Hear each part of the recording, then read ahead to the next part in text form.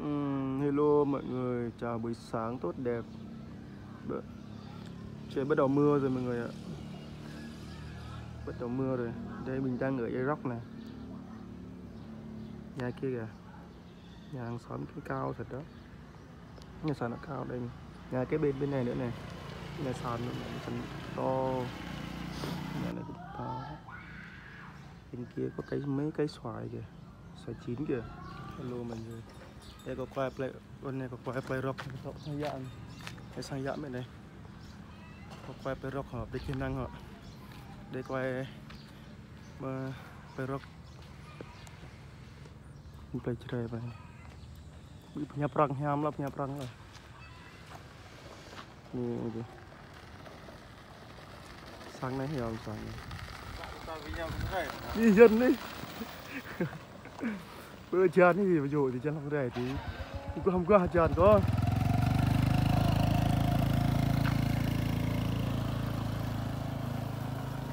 Sang dân này sang này bên này sang tầm đây đón sang vượt mít đón này nhà mấy sáng này không bị cua thì sang bên này mới hơn sang nóng này gì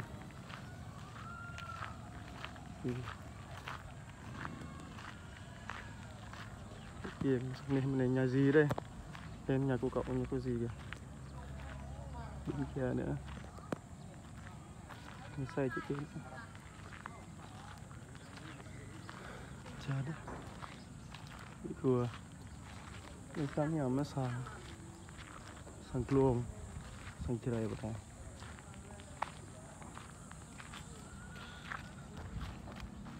được rồi làm bịa sỏi ấy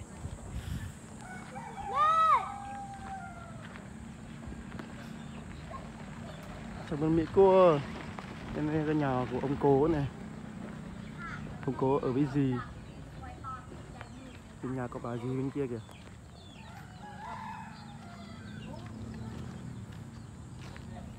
Review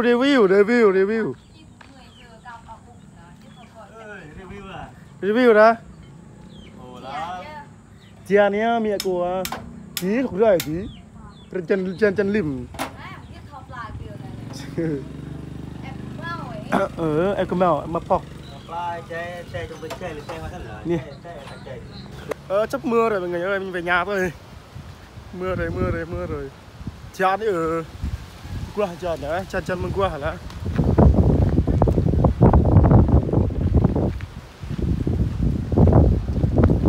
em tập lại em làm đoạn này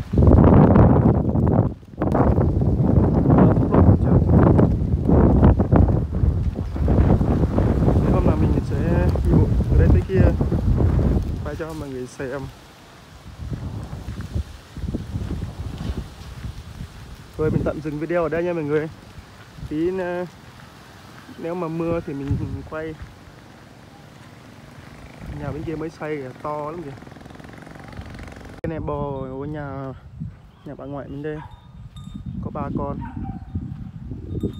này, bò của nhà bà ngoại này.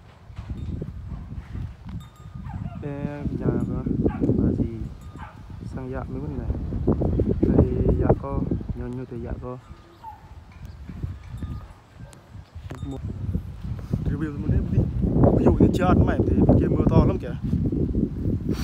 Mình nhạc quá dữ. Nghe Vermo nè. Bật một nhạc cái gì.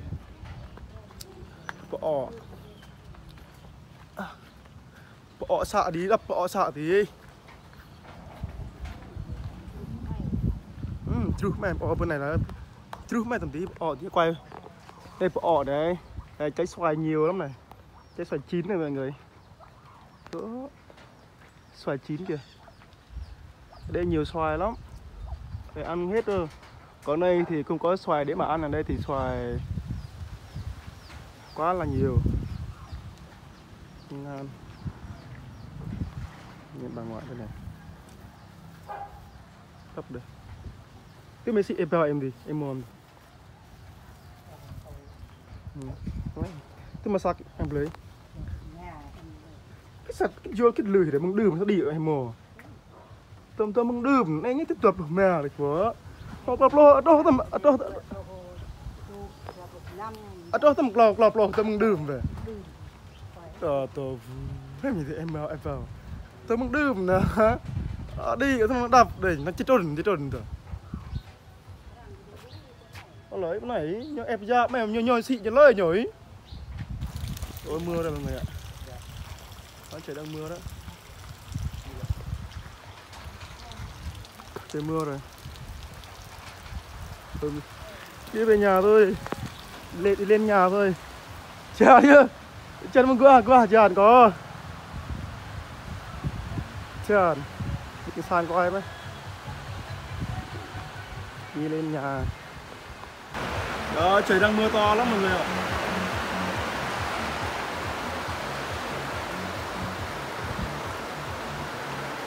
Đang mưa. Mọi người có thể thấy không? Đó, cho nó tối lại chút rồi. Trời đang mưa đó. Giờ đang là buổi sáng nhá. Giờ đang là buổi sáng, trời đang mưa. Thôi mình tạm dừng video ở đây thôi mọi người ơi. Hẹn gặp lại mọi người. Bye bye.